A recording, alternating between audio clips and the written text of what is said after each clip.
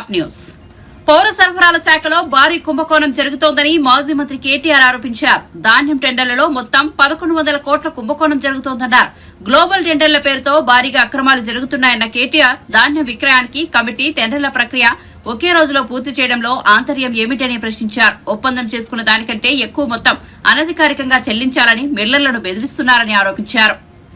కొంతమంది కాంట్రాక్టర్లకు దోచిపెట్టడం, వాళ్ళు వీళ్ళు కలిసి చీకటి దందా చేసి 1000 కోట్ల రూపాయల కుంభకోణం ఈరోజు నేను నిర్దిష్టంగా చేస్తున్న ఆరోపణ. ఈరోజు ఈ స్కామ్లో మాత్రం కేవలం ఇక్కడ తెలంగాణలోని కాంగ్రెస్ పెద్దలకే కాకుండా ఢిల్లీ పెద్దల దాకా కూడా హస్తం ఉందని చెప్పి మాకున్న సమాచారం. 35 లక్షల మెట్రిక్ టన్నుల ధాన్యం సేకరణ కోసం పిలిచిన గ్లోబల్ టెండర్లు ఏవైతున్నాయో దాని వెనకాల జరిగింది దాదాపుగా 700 నుంచి 750 కోట్ల స్కాము ఒకవైపు. రెండవది మధ్యాహ్న భోజన పథకం కోసం పిల్లలు తినే మధ్యాహ్న భోజనం బల్లల్లో దానికోసం 2,20,000 మెట్రిక్ టన్నుల సన్న బియ్యం కొనుగోళ్ల పేరిట జరిగింది రెండో స్కామ్. దాని విలువ 300 కోట్లు. రెండు కలిపితే 1011 కోట్ల కుంభకోణం, 1100 కోట్ల కుంభకోణానికి తెరలేపింది కాంగ్రెస్ సర్కార్. మిల్లర్ల దగ్గర 35 లక్షల మెట్రిక్ టన్నుల ధాన్యాన్ని ఏదైతే సేకరించినామో మా ప్రభుత్వం ఉన్నప్పుడు దాన్ని విక్రయించేందుకు 3 నెలల కిందట రాష్ట్ర ప్రభుత్వ ఆదేశాలతో పౌర సరఫరాల శాఖ, సివిల్ సప్లైస్ కార్పొరేషన్ గ్లోబల్ టెండర్ల కహానికి తెరలేపింది. ఇది మేము మా ప్రభుత్వం ఉన్నప్పుడు దాదాపు 7,000 కోట్ల విలువ చేసే ధాన్యం నిల్వల మీద ఈ ప్రభుత్వం కన్నేసింది. జనవరి 25 నాడు కమిటీ వేసేది జనవరి 25, మార్గదర్శకాలు గైడ్ లైన్స్ ఇచ్చేది అదే రోజు, టెండర్లు పిలవడం కూడా అదే రోజు. ఎంత వేగంగా, ఎంత వాయువేగంగా, జెట్ స్పీడ్తో ఏ పని కాదు ఈ ప్రభుత్వంలో. మిల్లర్లు, రాష్ట్రంలో ఉండే రైస్ మిల్లర్లు వాళ్ళు స్వయంగా కన్సెంట్ ఇచ్చినారు. ఆనాడు సివిల్ సప్లైస్ డిపార్ట్మెంట్కి, ఆనాడు కానీ ఈనాడు కానీ 2,100 రూపాయలకు మేము కొనుగోలు చేయడానికి సిద్ధంగా ఉన్నాం అని రాష్ట్రంలో ఉన్న రైస్ మిల్లర్లు ప్రభుత్వానికి వాళ్ళు కన్సెంట్ ఇస్తే, కన్సెంట్ అంటే వాళ్ళ ఉద్దేశం ఇనిషియేటివ్ తీసుకొని మేము తీసుకుంటాం అని వాళ్ళు ఆఫర్ ఇస్తే దాన్ని రిజెక్ట్ చేసి వాళ్ళ మాట వినకుండా గ్లోబల్ టెండర్ల పేరిట కొన్ని ప్రత్యేక నిబంధనలు పెట్టి, ఇంత టర్న్ ఓవర్ ఉండాలి, ఇంత టర్న్ ఓవర్ ఉండాలని చెప్పి కొన్ని నిబంధనలు పెట్టి వీళ్ళందరూ ఎవరైతే రైస్ మిల్లర్లు పాపం చిన్నవాళ్ళు ఉన్నారో వాళ్ళందరినీ కూడా ఇందులో పక్కకు నెట్టి ఇవాళ గ్లోబల్ టెండర్లను పిలిచారు. ఈ గ్లోబల్ టెండర్లు 4 కంపెనీలకు వచ్చేటట్టు రింగ్ చేసినారు. కేంద్రీయ Bandar, LG industries, Hindustan company, నాకాఫ్ అనే 4 సంస్థలు దక్కించుకున్నాయి. ఆ కేంద్రీయ బండార్ అనే సంస్థ ఏదైతే ఉన్నదో దానికోసం రూల్స్ రిలాక్స్ చేసి బ్లాక్ లిస్ట్లో ఉన్నదాన్ని తీసేసి తొలగించి ఇవాళ 4 కంపెనీలకే మొత్తానికి అక్కడ మిల్లర్లు 2,100 రూపాయలకు కొనుగోలు చేస్తామని సుముఖత వ్యక్తం చేసినా వాళ్ళు అల్టిమేట్గా చేసింది ఏంటి అంటే మరి 1,885 నుంచి 2,007 రూపాయలకు ఒక బ్యాండ్ ఫిక్స్ చేసి 4 సంస్థలు కుమ్మక్కై మరి పూర్తి స్థాయిలో 2,100లకు దాదాపు 200 రూపాయలు తగ్గించి మరి కుంభకోణం చేసి ఈ 4 సంస్థలు ఇంక్లూడింగ్ ఒక బ్లాక్ లిస్టెడ్ సంస్థకు కట్టబెట్టింది. వాళ్ళు చేయవలసింది కేవలం 90 డేస్లో paddy 35 lakh metric tons paddy lift చేసి 7,500 కోట్లు ప్రభుత్వానికి కట్టాలి. వీళ్ళు ఏం చేస్తున్నారు? మిల్లర్లతో నేరుగా ఆర్థికపరమైన లావాదేవీలు, మనీ లాండరింగ్ పాల్పడ్డారు. ఆ రైస్ మిల్లర్లను బెదిరిస్తూ ఇవాళ గోదాముల్లో ఉన్న ధాన్యాన్ని తీసుకొని పోకుండా ఇది వాళ్ళు లావాదేవీలు పాల్పడ్డారనడానికి వాళ్ళ డైరెక్ట్గా వాళ్ళ కరెస్పాండెన్స్.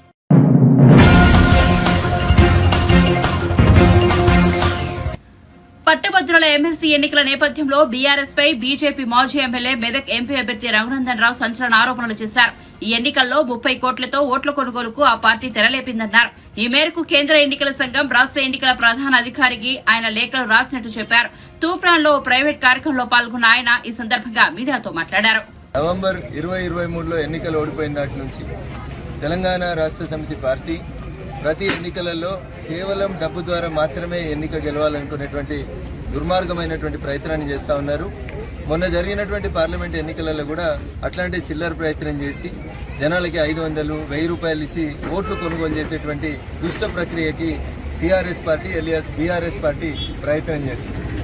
ఆఖరి ప్రయత్నంగా ఖమ్మం, వరంగల్, నల్గొండకి రేపు జరిగేటువంటి ఎన్నికలలో ప్రతి అసెంబ్లీ నియోజకవర్గానికి బయట నుంచి ఒక మాజీ ఎమ్మెల్యేను, మాజీ ఎంపీని, మాజీ ఎమ్మెల్సీని ఇన్ఛార్జిగా పెట్టి ఓట్లు కొనడానికని టీఆర్ఎస్ పార్టీ నిన్న తన bank account, TRS party bank account ఇది బ్యాంక్ ఆఫ్ బరోడా బంజారా హిల్స్లో టీఆర్ఎస్ పార్టీకి అధికారికంగా ఒక ఖాతా ఉంది.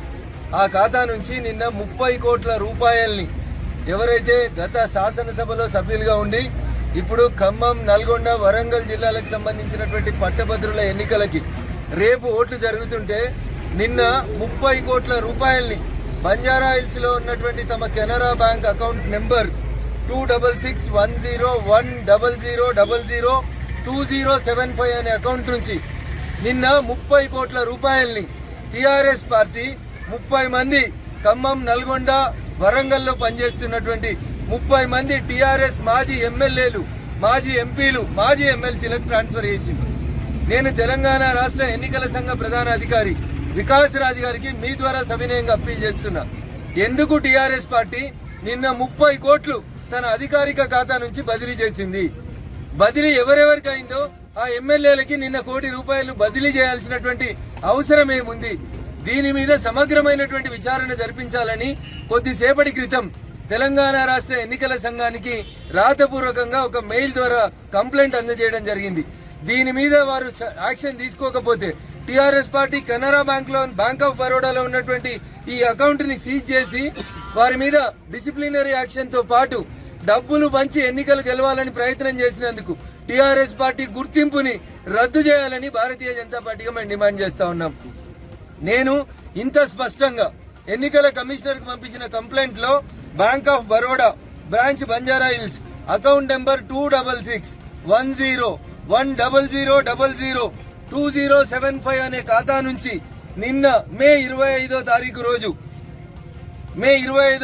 రోజు 30 కోట్ల రూపాయల్ని తన ఎమ్మెల్యేలు, ఎమ్మెల్సీలు, ఎంపీల ఖాతాల్లోకి బదిలీ చేసింది టిఆర్ఎస్ పార్టీ. ఎందుకు ఈ 30 కోట్లు బదిలీ చేసిండ్రు? నేను చెప్పిన మాట అబద్ధమా నిజమా అనేది రేపు పొద్దున 9:30కి బ్యాంక్ ఆఫ్ బరోడా బంజారా హిల్స్ కి వచ్చి విచారణ జరిపి ఆ 30 కోట్లు బదిలీ చేసి టిఆర్ఎస్ పార్టీ రేపు జరిగేటువంటి గ్రాడ్యుయేట్ ఎమ్మెల్సీ ఎన్నికల్లో ఓట్లు కొనేందుకు చేస్తున్న ప్రయత్నాన్ని ఆపాలని ఎన్నికల సంఘానికి విజ్ఞప్తి చేస్తా ఉన్నాం. లేకపోతే ఖచ్చితంగా ఎన్నిక ముగిసిన తర్వాత కూడా ఎన్నికల సంఘం అధికారుల మీద ఢిల్లీకి వెళ్లి కూడా ఫిర్యాదు చేస్తామని చెప్పి ఈ సందర్భంగా తెలియజేస్తా ఉన్నాం.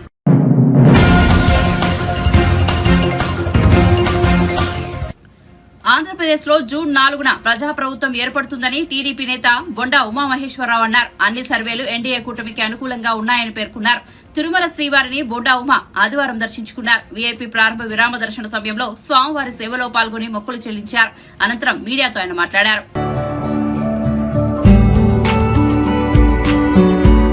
ఈరోజు ఎన్నికల ఫలితాలు వచ్చేలోపు మరి కలియుగ ప్రత్యక్ష దైవం అయినటువంటి శ్రీ వెంకటేశ్వర స్వామి వారిని దర్శనం చేసుకోవడం జరిగింది. ఆయన ఆశీస్సులతో రేపు 4వ తారీఖు నాడు ప్రజాప్రభుత్వం ఈ రాష్ట్రంలో ఏర్పడబోతా ఉంది. దాంట్లో ఎటువంటి సందేహం లేదు. అన్ని సర్వేలు కూడా ఇవాళ మొత్తం ఎన్డీఏ కూటమికి అనుకూలంగా చూపిస్తున్నటువంటి తరుణంలో ఆ వెంకటేశ్వర స్వామి ఆశీస్సులతో కొత్త ప్రభుత్వం ఏర్పడబోతా ఉంది. అన్ని వ్యవస్థల్ని ప్రక్షాళన చేయాల్సిన అవసరం ఉంది. అన్ని వ్యవస్థల్ని కూడా మళ్ళీ గాడిలో పెట్టవలసిన అవసరం ఉంది. ఈ రాష్ట్రంలో మళ్ళీ ప్రజలకి మెరుగైన పరిపాలన వెంకటేశ్వర స్వామి ఆశీస్సులు చేయవలసిన అవసరం ఉంది. ఇవాళ ఉన్నటువంటి గత 5 సంవత్సరాల ప్రభుత్వాలు స్వామివారి మీద భక్తి లేకుండా రాజకీయంగా వెంకటేశ్వర స్వామివారి, తిరుమల తిరుపతి దేవస్థానాన్ని, టీటీడీని వాడుకున్నారు పాలకులు. అనేక రకాలుగా స్వామివారిని, టీటీడీని, స్వామివారి పేరుని రాజకీయంగా వాడుకున్నారు. దాన్ని భక్తితో ఇక్కడ చైర్మన్ కానీ ముఖ్యమంత్రి కానీ ఏ రోజు కూడా భక్తితో వ్యవహరించాలి. కనీసం 5 సంవత్సరాల్లో ఒక్కసారి కూడా దంపతులతో ముఖ్యమంత్రి స్వామివారికి పట్టు వస్త్రాలు సమర్పించినటువంటి దాఖలాలు లేవు. అలాగే చైర్మన్ అయితే మరి స్వయంగా ఆయన కుటుంబంలోనే క్రైస్తవ వివాహం చేసినటువంటి సందర్భాలు చూసాం. ఎన్నిటిని కూడా స్వామివారు చూస్తారు.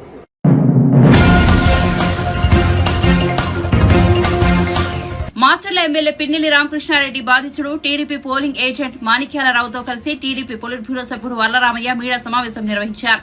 ఈ సందర్భంగా వర్లరామయ్య మాట్లాడుతూ మాచర్లను తన సామ్రాజ్యంగా భావించి పిన్నెల్లి సాగించిన దౌర్జన్యకాండ, అతని దుర్మార్గ చర్యలు ఒక్కొక్కటిగా బయటకు వస్తున్నాయని తెలిపారు. అతడు కానీ, అతడి తమ్ముడు కానీ, వాళ్ళ అనుచరులు కానీ ఏ విధంగా వ్యవహరించారో, స్థానిక పోలీస్ శాఖను ఏ విధంగా అసమర్థత శాఖగా మార్చివేశారో వెలుగులోకి వస్తున్నాయని అన్నారు.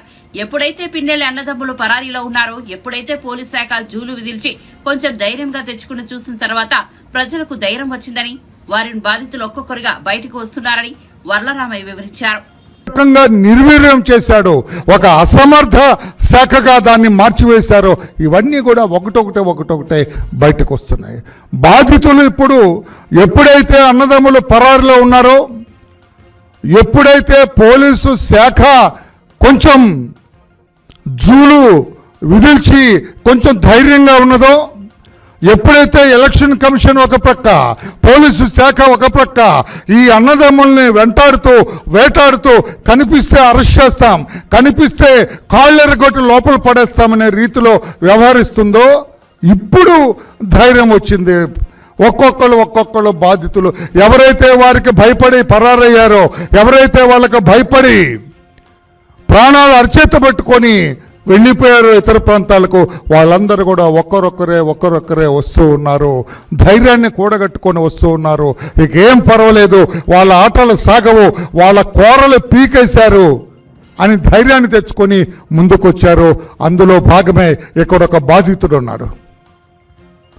ఆ బాధితుడిని ఏ రకంగా ఇబ్బంది పెట్టారో అతని మాటల్లోనే వినాలని అతన్ని ఇక్కడికి రప్పించడం జరిగింది. అతను ఇక్కడికి వచ్చాడు, మీరు అతని మాటల్లోనే వినాలని తెలియజేస్తూ, తమ్ముడు నీ పేరేంటి? నోముల మాణిక్యరావు సార్. నోముల మాణిక్యాలరావు. నీకు భార్యాబిడ్డలు ఉన్నారా? ఉన్నారు సార్. ఎంతమంది పిల్లలు? 2 మగపిల్లలు సార్. భార్య, 2 మగపిల్లలు ఉన్నారు. నా భార్య పేరు నోముల ఎల్లేశ్వరి, పిల్లల పేరు నోముల చందు, నోముల సాల్మన్ రాజు. వాళ్ళని పిల్లలు చదువుకుంటున్నారా? చదువుకుంటున్నారు సార్. ఓకే. మీ క్యాస్ట్ ఏంటి? అంటే అడగకూడదు క్యాస్ట్, తప్పదు. మరి మీ క్యాస్ట్ ఏంటి? SC Madiga sir. SC Madiga. Okay. నీ పిల్లలు ఏం చదువుతున్నారు? మా పెద్ద బాబుది గ్రాడ్యుయేషన్ అయిపోయింది, డిగ్రీ అయిపోయింది. చిన్న బాబు ప్రజెంట్ డిగ్రీ చదువుతున్నాడు సార్. గుడ్. చదువుకున్నారు. ఒక ఎస్సీ మాదిగ కుటుంబం అనేది. మీకేంటి ఏమన్నా రాజకీయ సంబంధం ఉందా? మీకేమన్నా రాజకీయ సంబంధం అంటే నాకు టీడీపీకి నేను కార్యకర్తగా అభిమానిగా ఉన్నాను సార్.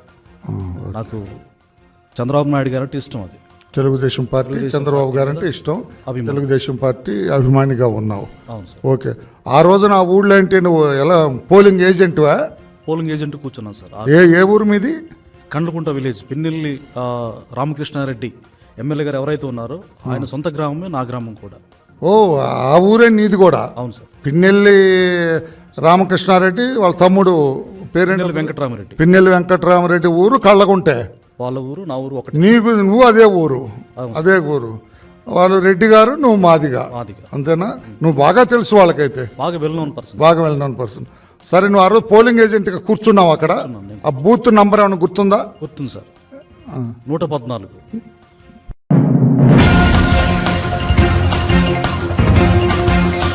ఎంపీ ఎన్నికల్లో సీట్లు రావని అక్కసుతోనే తమ ప్రభుత్వంపై బీఆర్ఎస్, బీజేపీ నేతలు అబద్దాలు, తప్పుడు ప్రచారం చేస్తున్నారని ఐటీ, ఇండస్ట్రీ శాఖ మంత్రి శ్రీధర్బాబు మండిపడ్డారు. ప్రతిపక్షాల విమర్శలకు తన పనితీరే నిదర్శనమని ఆయన స్పష్టం చేశారు. ఆదివారం శ్రీధర్బాబు గాంధీభవన్ లో మీడియాతో మాట్లాడారు. 10 ఏళ్లలో జరిగిన తప్పులను 3 నెలల నుంచి సెట్ చేస్తున్నామని, ఇంతలోనే ఎంపీ ఎలక్షన్ కోడ్ వచ్చిందని తెలిపారు. మార్పునకు అడ్డు వస్తే సహించేది లేదని, ప్రజల సంక్షేమమే తమకు ముఖ్యమని అన్నారు. అబద్దాలు ప్రచారం చేస్తే బీఆర్ఎస్ పార్టీ కనుమరుగైపోతుందని హెచ్చరించారు. తమ సర్కార్ ప్రజలకు ఇస్తున్న పథకాలను కేసీఆర్, కేటీఆర్, హరీష్ రావు పక్కదోవ పట్టిస్తున్నారని ఆరోపించారు. ముఖ్యంగా పవర్, సివిల్ సప్లై, ఇరిగేషన్ ఇండస్ట్రీలపై అబద్దాలు ప్రచారం చేస్తున్నారని ఫైర్ అయ్యారు. చేసిండ్రు. దాదాపు 2 నెలలు 35 రోజుల తర్వాత కొత్త సభ్యుల ప్రమాణ స్వీకారోత్సవం చేసినట్టే 40 రోజులు గడిచిన తర్వాత అదే మీరు కంపారిజన్ చేస్తే, మీరు పోల్చుకుంటే 40 రోజుల్లో మేమిచ్చిన 5 గ్యారంటీలో అన్నీ చాలా ప్రధానమైన గ్యారంటీలు మొదలుపెట్టినాం. సరే, మాట్లాడుతూ ఉన్నారు కదా అని. పవర్కు సంబంధించి పేదవారికి ఉపయోగపడేది ప్రభుత్వంలో రాగానే మేము ఏం చేస్తామన్నాం, కరెంటు ఛార్జీలు పెరిగినాయి. పెరిగిన తర్వాత వారు కట్టుకోలేని పరిస్థితుల్లో ఇబ్బంది పడతా ఉన్న తరుణంలో 200 యూనిట్ల వరకు ఉచిత కరెంట్ ఇస్తామన్నాం. కరెంటుకు సంబంధించి చెప్తా ఉంటే 200 యూనిట్ల కరెంటు 2 నెలల నుంచి ఈ రాష్ట్ర ప్రజానికానికి 200 యూనిట్ల లోపడే ఆ వినియోగదారుడికి ఫ్రీ కరెంట్ ఇస్తూ ఉంటే, ఈ ఫ్రీ కరెంటు అంశాన్ని ప్రక్కదారి పట్టేయాలని ఆనాడు ఉన్న ముఖ్యమంత్రిగా కేసీఆర్ గారు బస్సు యాత్ర చేసిండ్రు ఎన్నికల్లో గెలవాలని. వారి పార్టీ పరంగా వారు పడతా ఉన్న ఇబ్బందులను అర్థం చేసుకున్నాం. కానీ సూర్యాపేట సభలో నేను ఉదాహరణ చెప్తా ఉన్నా, చిన్న 2-3 ఉదాహరణలు చెప్తా కరెంటుకు సంబంధించి. సూర్యాపేట సభలో కేసీఆర్ గారు ఆ సభకు సంబంధించి ఆడున్న డిస్కామ్ కనెక్షన్ తీసుకోలే దాన్ని వాడలేరు.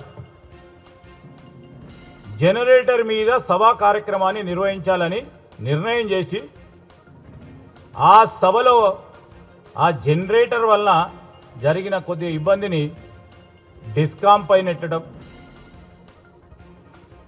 విద్యుత్ శాఖపై నెట్టి దానికి తోడు కాంగ్రెస్ పార్టీ ప్రభుత్వంపై ఆరోపణలు చేసిండ్రు, ట్వీట్లు చేసిండ్రు. అసలు జనరేటర్ పెట్టింది ఎవరు? మీరు డిస్కామ్ ద్వారా మీరు కరెంటు తీసుకోవద్దని చెప్పింది ఎవరు? మీకు సౌలతుగా ఉంటుందని మీరు జనరేటర్ ద్వారా తీసుకుంటే ఆ జనరేటర్ పెట్టింది మీరు, మీ టీఆర్ఎస్ కార్యకర్తలు, నాయకులు. వారు చేసిన పొరపాటుకి రాష్ట్ర ప్రభుత్వం బాధ్యత వహించాలని, కరెంటు పోతా ఉందని అసత్య ప్రచారం కరెంటు విషయంలో ఎన్నికల సందర్భంలో అనేక సందర్భాల్లో చెప్పినప్పుడు ఇదొక అంశమైతే, మీరు భువనగిరి సంబంధించిన 11 kV వారి హయంలో 1 సంవత్సర కాల హయంలో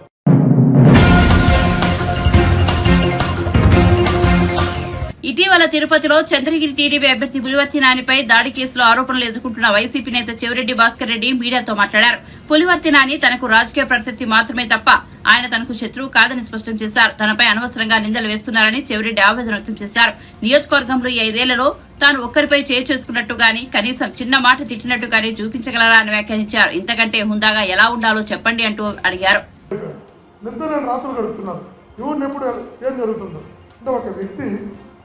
తన ప్రచారం రావడం కోసం, ఒక వ్యక్తి తన ప్రచారాన్ని పెంచుకోవడం కోసం, ఒక వ్యక్తి తన పేరుని జనాలకు తీసుకెళ్ళడం కోసం ఆడినటువంటి ఒక చిన్న నాటకం ఈరోజు ఏ పరిస్థితి వచ్చింది? ఎవరు మనశాంతి లేకుండా బతుకుతున్నారు, ఉద్యోగస్తులు, పబ్లిక్ కూడా ఏం జరుగుతుంది తెలియకుండా. అదే దారి నా మీద జరిగింది. ఇంటికి వెళ్ళిపోయాం కదా, నువ్వు కూడా 14 మంది మీటర్ ముందుకు వెళ్ళిపోయింది, సరిపోయింటుంది కదా. సరే జరిగింది, నీకేం కాలేదు, వాళ్ళు పట్టుకుని లోపల వేస్తే తాను తీస్తారు. కాళ్ళు కొట్టడం కూడా తప్పు, దాన్ని కూడా మేము అంగీకరించాం. అది కూడా తప్పే. చట్టం ఖచ్చితంగా వాళ్ళ మీద తప్పు చేసినప్పుడు యాక్షన్ తీసుకోవాల్సింది. కానీ మీరు ఆ తర్వాత చేసినటువంటి దాడులు, ఆ తర్వాత చేసినటువంటి కొట్టినటువంటి విధానాలు, ఆ తర్వాత నువ్వు రెచ్చగొట్టిన విధానం, ఆ తర్వాత హాస్పిటల్లో చేసినటువంటి దాడులు, ఇవన్నిటి వల్ల ఏమైంది? ఏదో జరిగిపోతుందని, నాన్నగారి పైన ఏదో జరిగిపోయిందని, నాన్నగారికి ప్రణామాయం వచ్చిందని, నాన్నగారు జరిగిందని ఒక పెద్ద మెసేజ్ జనాలకి పంపించేసిన తర్వాత తిరుపతి ఈ పుణ్యక్షేత్రంలో తిరుపతి మీద ఎంతో డ్యామేజ్ అవుతుంది సార్. ఆలోచించాం మనం. నేను చెప్తున్నాను, విమర్శించాలని ఆలోచన కాదు, కానీ మీకు అందరికీ తెలియాలి ఏం జరుగుతుంది. నా ఉద్దేశం నాన్నగారు మాట అనాలని కాదు. మీరే చూసారు ఎంత యాక్టివ్గా ఉన్నారు. 2 hours ఎందుకు వచ్చింది ఆ పరిస్థితి? రాకూడదు కదా. మీకు చాలా ప్లాట్ఫామ్స్ ఉంటాయి. మన జనాల్లో మంచి పేరు తెచ్చుకోవాలంటే, లేదంటే ఇంకా ఎదగాలనుకుంటే ఒక వ్యక్తిని మనం ముందుకు ఇబ్బందులకు నెట్టి మనం ఎదగాలనుకోకూడదు. నేను ఆ రోజు చెప్తున్నాను, ఈ అయిన తర్వాత నిజంగా ఆయన పిహెచ్డి నేను ప్రొఫెసర్గా వెళ్ళిపోదామని అనుకున్నాను. 2 సార్లు నేను high school SPL, junior college chairman, degree college chairman, ML university chairman, నాలా లా కాలేజ్ చైర్మన్, 25 సంవత్సరాల ముందు తిరుపతి రాని 27 సంవత్సరాల వయసులో తిరుపతి జెడ్పీటీసీ, 34 ఏళ్ళకి నేను తిరుపతి చైర్మన్, అది చిన్న వయసులో పాలక మండలి సభ్యుడు, 43 yearsకి ఎమ్మెల్యే. చిన్నప్పటి నుంచి ఎన్ని చూసిన తర్వాత నేను ప్రొఫెసర్గా వెళ్ళిపోదాం అనుకున్నాను. ఎన్ని ప్రత్యక్ష రాజకీయాల నుంచి కాదు, పరోక్షంగా మనం వెళ్ళి ఒక సర్వీస్ ఓరియంటెడ్ వెళ్ళిపోవాలనే 2 years ముందు వెళ్ళిపోయినా. ఆ రోజు నా కొడుకు ఎందుకు తీసుకొచ్చామంటే కాన్ఫరెన్స్తో భావోద్వేగ సంబంధం ఏర్పడింది. నాకు ఎమోషనల్ బాడీ దగ్గర సంబంధం ఏర్పడింది. నా కొడుకు కూడా ఆ రోజు వాడికి పెద్ద ఇంట్రెస్ట్ కూడా లేదు, నాకు నిజంగా లేదు వాడికి ఇంట్రెస్ట్. మా ఇంట్లో చాలా రోజులు ఆర్గ్యుమెంట్ కూడా జరిగింది ఆ రోజు. వాడు నాకు వద్దు, ఎందుకంటే వాడు హై స్కూల్ ఎడ్యుకేషన్ అంతా కూడా చెన్నై వేలాంగంలో చదివాడు, ఇంటర్మీడియట్ అంతా కూడా అండర్ గ్రాడ్యుయేషన్ అంతా కూడా సింగపూర్లో చదివాడు, మాస్టర్స్ వచ్చి లండన్లో ప్రపంచం టాప్ 10 యూనివర్సిటీలో ఒకటి మార్కెట్ యూనివర్సిటీ డిస్టెన్స్లో పాస్ కాదు. నేను బిజినెస్కి వెళ్ళిపోతా, బ్యాంకింగ్ అండ్ అకౌంటింగ్ మార్కెటింగ్ వెళ్ళిపోతా, నాకు బిజినెస్లోకి వెళ్ళిపోతాను అన్నప్పుడు మరి మీకు చెప్పినట్టు అనమాట, మనకి నియోజకవర్గానికి భావోద్వేగ బంధం ఉంది, ఇక్కడ వెళ్ళిపోవడం కరెక్ట్ కాదు. నేను ఎట్లా ప్రొఫెషనల్గా వెళ్ళిపోదాం అనుకున్నా, నేను ప్రొఫెషనల్గా వెళ్ళిపోయినప్పుడు ఎవరో ఒకరు కాన్ఫిడెన్స్తో ఉండాలని అతను పెట్టడం జరిగింది. ఆ రోజు ఈరోజు కూడా చెప్తున్నాం. తను అంటున్నారు దాడులు చేస్తున్నాం, ఇది చేస్తున్నాం. సరే, మా లక్ష్యమే వేరు, మా ఆలోచనలే వేరు, నాకున్న బాధ్యతలే వేరు. దీనికోసం సమయం వేస్ట్ చేసుకునేంత అమాయకున్నా.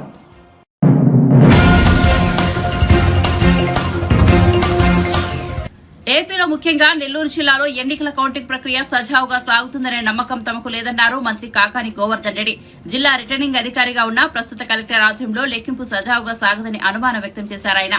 జిల్లా కలెక్టర్ పక్షపాత ధోరణితో పనిచేశారని విమర్శించారు. నెల్లూరు జిల్లాలో కౌంటింగ్ ప్రక్రియ పర్యవేక్షించేందుకు ఒక అబ్జర్వర్ను నియమించాలన్నారు కాకాని. ఏపీలో ఎన్నికల కమిషన్ పక్షపాత ధోరణిలో వ్యవహరించిందన్నారు మంత్రి కాకాని. పోలీసు అధికారులు ఉద్దేశపూర్వకంగా బదిలీ చేసిందని, కొత్తగా బాధ్యతలు చేపట్టిన పోలీసు అధికారులు ఆయా జిల్లాల్లో ఉద్రిక్తతలు రెచ్చగొట్టారని చెప్పారు. వైసీపీ బలంగా ఉన్న చోట కేడర్ ని భయభ్రాంతులకు గురి చేశారని, టీడీపీ దాడులకు పరోక్షంగా సాయం చేశారని చెప్పారు. మాచలలో ఈవీఎంలు పాల్గొట్టిన ఘటన వీడియో ఎలా బయటకు వచ్చిందో చెప్పలేని దుస్థితిలో ఎన్నికల కమిషన్ ఉందన్నారు కాకాని. ఎవరైతే పంచారో వాళ్ళ దగ్గర కూడా వివరాలు రాబట్టకుండా, వాళ్ళ దగ్గర వివరాలు తీసుకోకుండానే నేరుగా పోలీస్ స్టేషన్కి ఎఫ్ఐఆర్ నమోదు చేయండి అని చెప్పారు. కొంతమంది ఉద్యోగులు పాల్గొన్నటువంటి వాళ్ళ మీద ఎఫ్ఐఆర్ నమోదు చేశారు. తప్పులేదు, ఎన్నికల కమిషన్కి సంబంధించి విధి విధానాల ప్రకారం. అయితే ఒక అంగన్వాడీ టీచర్ పాల్గొనింది అంటే ఆ తర్వాత ఆమె రాజీనామా చేసింది కాబట్టి ఆమె మీద చర్యలు తీసుకోలేదన్నారు. అంటే మీ దగ్గర సర్వీస్ రూల్స్ ఏం చెప్తుంది, ఎన్నికల కమిషన్ నిబంధనలు ఏం చెప్తున్నాయి? వాళ్ళ రాజీనామా ఆమోదించినంత వరకు వాళ్ళు విధులు ఏదైతే దొరికిన తర్వాత ఫిర్యాదు చేసిన తర్వాత వాళ్ళు వెళ్ళి రాజీనామా చేస్తే రాజీనామా చేశారు కాబట్టి మేము వదిలేసాం, బాగానే ఉంది. మిగతా వాళ్ళు పాపం ఒక ప్రొసెషన్ వెళ్తూ ఉంటే అది వాళ్ళని క్రాస్ చేసుకుంటూ పోతే ఓ పత్రికలో వీళ్ళు పాల్గొన్నారని చెప్పి వేస్తే విచారణ లేకుండా ఎఫ్ఐఆర్ కట్టించేశారు. కాబట్టి ఇంత పక్షపాత వైఖరి జిల్లా స్థాయిలో ఎన్నడూ కూడా అవలంబించినటువంటి పరిస్థితులు లేవు. కాబట్టి దీని మీద ఇంతటితో విడిచిపెట్టాం. మరలా ఎన్నికల కమిషన్కి చెప్పాం, ఎక్కడన్నా మానవతా దృక్పథంతో డబ్బులు పంపిణీ చేయొచ్చా, మీరు మాకు వివరణ ఇవ్వండి అని చెప్పి అడిగాం. దాని మీద ఎన్నికల కమిషన్ స్పందిస్తుందని ఆశిస్తున్నా. లేని పక్షంలో ఖచ్చితంగా హైకోర్టులో కేసు వేసి ఎవరైతే దీనికి బాధ్యులు ఉన్నారో అందరినీ కూడా దాంట్లో బాధ్యులుగా చేర్చి వాళ్ళ మీద హైకోర్టుకు వెళ్ళి ఖచ్చితంగా దీని మీద చర్యలు తీసుకోవడం జరుగుతుంది తప్ప ఎవరో మా ఇష్ట ప్రకారం వ్యవహరిస్తాం, మేము జిల్లా ఎన్నికల అధికారిగా ఉన్నామని చెప్పి వ్యవహరిస్తే మాత్రం విడిచిపెట్టేది ఉండదు. కాబట్టి దీని మీద ఆర్ఓకు కూడా మరలా ఒకసారి అధికారికంగా వెళ్ళి నేనే స్వయంగా వెళ్ళి ఫిర్యాదు చేద్దాం అనుకున్నాం.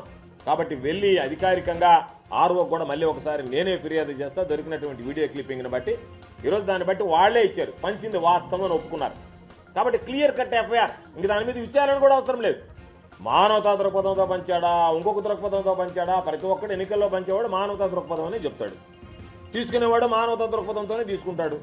కాబట్టి మానవతా దృక్పథంతో పంచాము అని చెప్పని ఎక్కడన్నా ఎవరైనా ఇంతవరకు నాకు తెలిసి ఈ దేశ స్థాయిలోనే, రాష్ట్రంలో వదిలిపెట్టిన దేశ స్థాయిలో కూడా ఎవరు రిపోర్ట్ రాస్తున్నాడు నెల్లూరు జిల్లా ఎన్నికల అధికారి తప్ప. కాబట్టి ఇటువంటి దారుణమైనటువంటి వైఫల్యాలు జరిగాయి. కాబట్టి నేను మరలా ఇంకొక ఎన్నికల కమిషన్ దృష్టి కూడా తీసుకువెళ్ళాం. ఇటువంటి వాళ్ళ నేతృత్వంలో రేపు కౌంటింగ్ కూడా సజావుగా సాఫీగా జరగకపోవచ్చు. కాబట్టి మీరు ఒక పరిశీలకుని నియమించండి ప్రత్యేకంగా. రాష్ట్ర ఎన్నికల అధికారిగా ఈ జిల్లాలో ఎన్నికలు సజావుగా సాఫీగా జరగవు అని చెప్పని పరిశీలకుడు కూడా నియమించండి అని చెప్పని కూడా ఎన్నికల కమిషన్కి ఈరోజు రాయడం జరిగింది. కాబట్టి వీటన్నిటినీ దృష్టిలో పెట్టుకొని మరొకసారి ఎంత దారుణమైనటువంటి వైఫల్యం, బూతుల్లోకి వెళితే కనీసం వెళ్ళడానికి చోటు లేదు, కొన్ని దగ్గర లైట్లు లేవు, కొన్ని దగ్గర పాపం కరెంట్ కనెక్షన్ లేవు, అన్ని రకాలైనటువంటి ఇబ్బందులు పడితే 2 బూతులు 1000 మంది ఓటు వేయడానికి ఒక ఎన్సీసీ క్యాడెట్ని పెడతారా? పాపం వాళ్ళు వీళ్ళని నిరోధించగలరా, క్రమబద్ధీకరించగలరా? కనీసం లా అండ్ ఆర్డర్ ప్రాబ్లం లేకపోవచ్చు, శాంతి భద్రతల సమస్య లేకపోవచ్చు, ఎవడన్నా పాపం బాగలేదనో ఆకలియో షుగరనో ముందుగా వెళ్ళి ఓటు వేయడానికి ముందుకు వెళ్ళచ్చు. వాళ్ళని కనీసం క్రమబద్ధీకరించి పంపించగలిగేటువంటి యంత్రాంగాన్ని మీరు నియమించుకోలేకపోతే ఎక్కడో తీసుకొచ్చి తమిళనాడు పోలీసుని పెట్టారు. వాళ్ళకి పాపం తెలుగు రాదు, వీళ్ళు పోయి చెప్పేది వాళ్ళకి అర్థం కాదు, వాళ్ళు చెప్పేది వీళ్ళకి అర్థం కాదు. దానికి సంబంధించి 2వ వాడు ఉన్నాడంటే 2వ వాడు లేడు చెప్పుకోవడానికి. ఎంత దారుణమైనటువంటి పరిస్థితి అంటే, నాకు తెలిసి నెల్లూరు జిల్లాలో ప్రజలకు నిజంగా చేతులెక్కి మొక్కాలి పాపం. ఎక్కడో చెదురుమదురు సంఘటనలు జరిగాయి కానీ ఎవరు ఎంతమంది ప్రేరేపించినా సరే శాంతియుతంగా నిలబడి రాత్రి 12 గంటలు 1 గంటలైనా సరే ఓటింగ్లో పాల్గొని దాన్ని బాధ్యతగా ఈరోజు మనం ఓటు వేయడం అనేటువంటిది మన బాధ్యతని గుర్తించినటువంటి నెల్లూరు జిల్లా ప్రజల్ని, పాపం పోలింగ్లో పాల్గొన్నటువంటి అధిక శాతంలో ఎక్కడన్నా 1 ఉండొచ్చు కానీ లోపాలు, అధిక శాతం పోలింగ్ సిబ్బంది కష్ట నష్టాలకు ఓర్చి నేను అనుకున్నా ఈ ఎన్నికల్లో కనీసం ఈరోజు జరిగినటువంటి పరిస్థితుల్లో ఈ బాక్సులైనా స్ట్రాంగ్ రూమ్కి చేరతాయా అనేటువంటి అనుమానం కలిగింది. నేను రాత్రంతా మేలుకునే ఉన్నా, ఎక్కడికక్కడ ఫోన్లు చేస్తే ఇంతవరకు మాకు బస్సులు రాలేదు, ఇంతవరకు బండి రాలేదని. ఎప్పుడైనా ఒక రూట్ బస్సు అని ఉంటే పోలింగ్ అయిపోయిన తర్వాత గంట కల్లా వచ్చి మామూలుగా డబ్బాలు తీసుకెళ్ళేది. ఏది మామూలుగా పోలింగ్ బాక్సులు ఉన్న రోజుల్లోనే ఈవీఎంలు తీసుకెళ్ళడానికి అర్ధరాత్రి నుంచి పాపం ఎదురు చూస్తే ఏజెంట్లు, అన్ని పార్టీలకు సంబంధించినటువంటి ఏజెంట్లు అందరూ కూర్చుంటే వేకుజామున 7 గంటలు 8 గంటల దాకా వచ్చి ఆ బస్సులు తీసుకెళ్ళాయి. కాబట్టి రవాణా శాఖకు సంబంధించి మీరు ఎందుకు వైఫల్యం చెందారో, రవాణాకు సంబంధించి ఎందుకు అక్కడ కనీస ఏర్పాట్లు చేయలేకపోయారు, ఎవరు లోపం మీద అనేటువంటి దాని మీద కూడా పూర్తి స్థాయి దర్యాప్తు చేయాలి.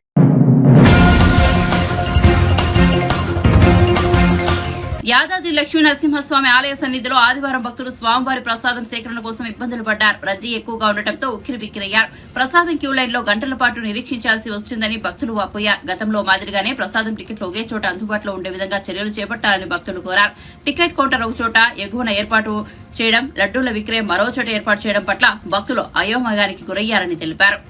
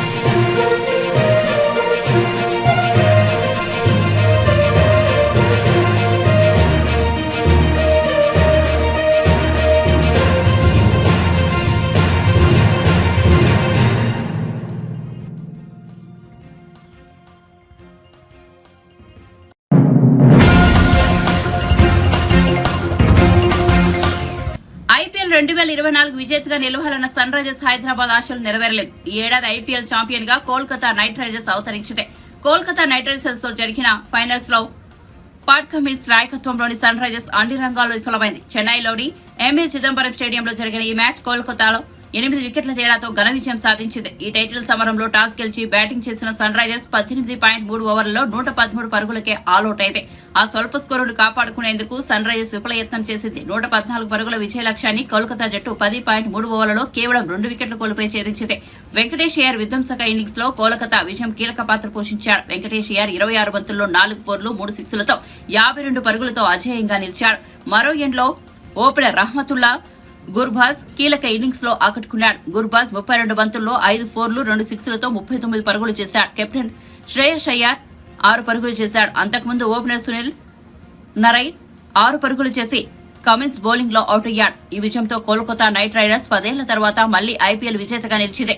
ఐపీఎల్ టైటిల్ గెలవడం కోల్కతాకు ఇది మూడోసారి. కేకేఆర్ జట్టు గతంలో 2012, 2014లోనూ ఐపీఎల్ ఛాంపియన్ గా అవతరించింది. కాగా విజేతగా నిలిచిన కేకేఆర్ జట్టుకు 20 కోట్లు, రన్నరప్ గా గెలిచిన ఎస్ఆర్హెచ్ జట్టుకు 13 కోట్ల ప్రైజ్ మనీ లభించనుంది.